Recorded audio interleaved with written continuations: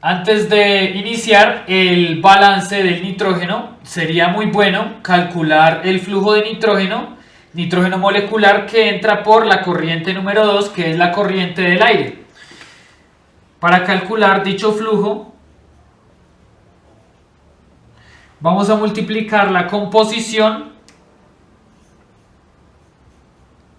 del nitrógeno en dicha corriente por el flujo total de dicha corriente. Haciendo esta operación sabemos que la composición del nitrógeno molecular en el aire es 0,79 o 79% y multiplicándola por el flujo total de la corriente 2 o el flujo de aire alimentado, que es 2532,7381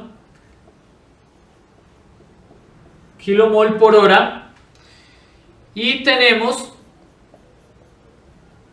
que el flujo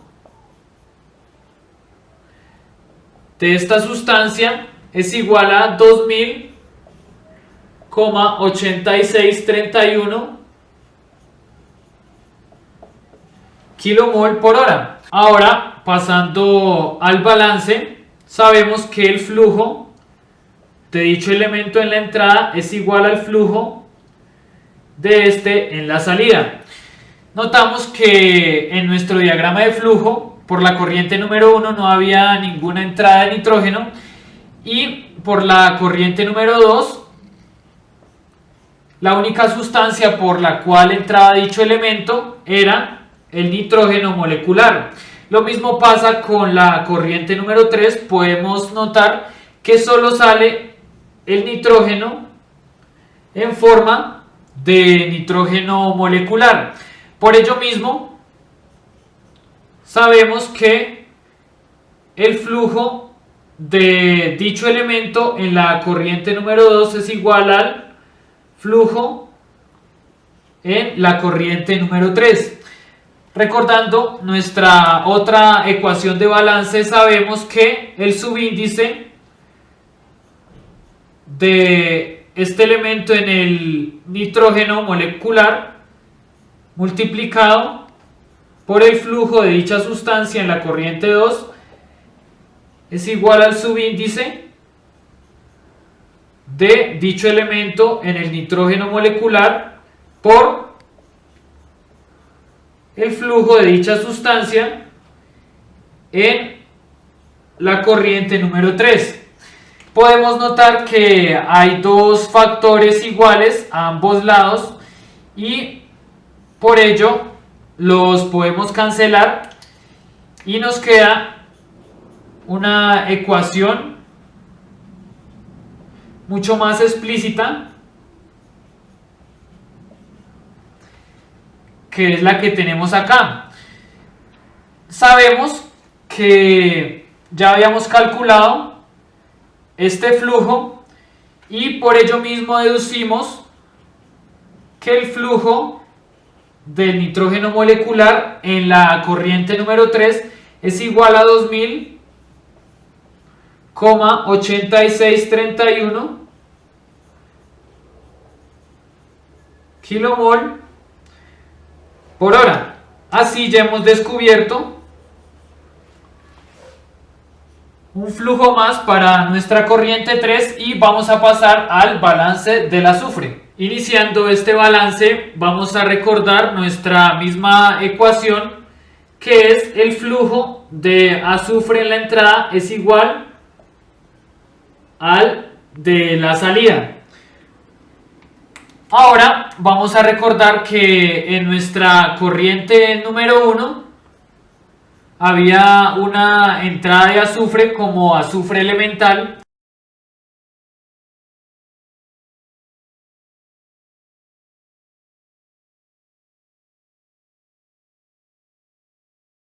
y por la corriente número 2 no había una composición de azufre. En la corriente número 3 notamos que el azufre está presente en el dióxido de azufre y por ello mismo podemos decir que el flujo de este elemento en la corriente 1 es igual al de la corriente 3. Ya habíamos anteriormente calculado el flujo de este elemento en la corriente 1 y era 10 kmol por hora, y ahora para el flujo de este elemento en la corriente 3 sabemos que podemos multiplicar el subíndice del azufre en el dióxido de azufre multiplicado por el flujo de dicha sustancia en la corriente número 3. Si notamos, en el dióxido de azufre no tenemos ningún subíndice explícito, por ello sabemos que el subíndice es 1 y podemos dejar expresado nuestro flujo de dióxido en la corriente número 3. Recordando nuestra igualdad, vamos a reescribirla.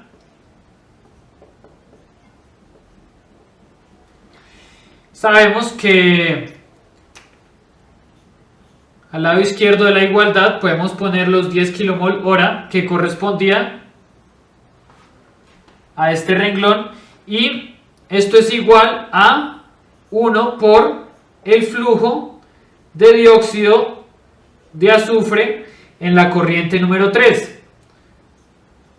Por ello ya podemos deducir por lógica que el flujo del dióxido de azufre es igual a 10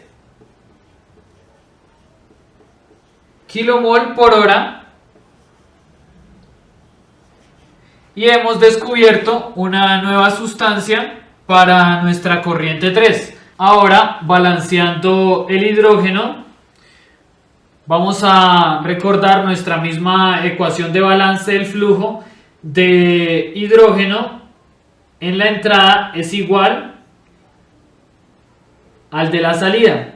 Recordemos que en la corriente número 1 teníamos una entrada de hidrógeno como elemento, y en la corriente número 2 no hay ninguna composición notoria de hidrógeno, por ello mismo podemos no tener en cuenta esta corriente. En la salida sabemos que el hidrógeno sale haciendo parte del agua y esa es la única sustancia que lo contiene.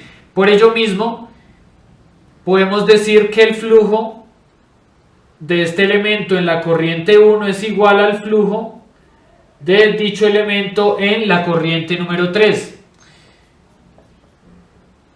Anteriormente habíamos dicho que el flujo de hidrógeno molecular era de 650 kmol por hora, y para el hidrógeno de la corriente 3 sabemos que podemos multiplicar el subíndice del hidrógeno en el agua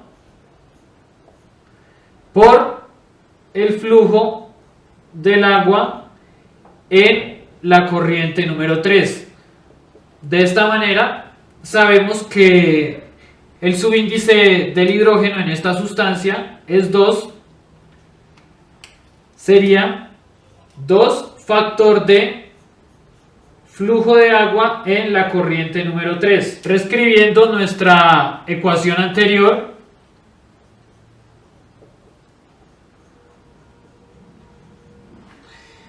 y sabemos que el lado izquierdo de la igualdad lo podemos reemplazar por este renglón que estoy señalando. Tenemos 650 kmol por hora igual a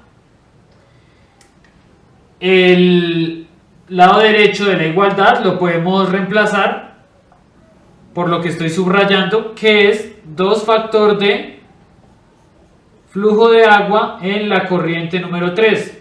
Así deducimos que el flujo de esta sustancia es igual a 650 kmol por hora, todo sobre 2. Y sabemos que este resultado es 600 325 kilomol por hora. Así ya hemos descubierto un nuevo flujo y nos falta únicamente el balance del oxígeno. Ahora, con el último elemento vamos a requerir nuestra misma ecuación de balance. El flujo que entra es igual al que sale y vamos a escribir cada una de las corrientes en las cuales circula oxígeno. Por la corriente número 1 había un pequeño flujo de oxígeno como elemento. En la corriente número 2 había oxígeno diatómico, que es el que está presente en el aire, y en la corriente número 3 habían varias sustancias como el monóxido de carbono, el dióxido de carbono, dióxido de azufre, el oxígeno diatómico y el agua. Teniendo esto, vamos ahora a igualar la suma de las corrientes que entran con la corriente que sale. Me explico. El flujo de oxígeno en la corriente 1 más el flujo de oxígeno en la corriente 2 es igual a el flujo de oxígeno en la corriente 3. Recordemos que estamos hablando de oxígeno elemental. Vamos ahora a recordar el flujo que entraba por la corriente número 1, que era 20 kilomol por hora,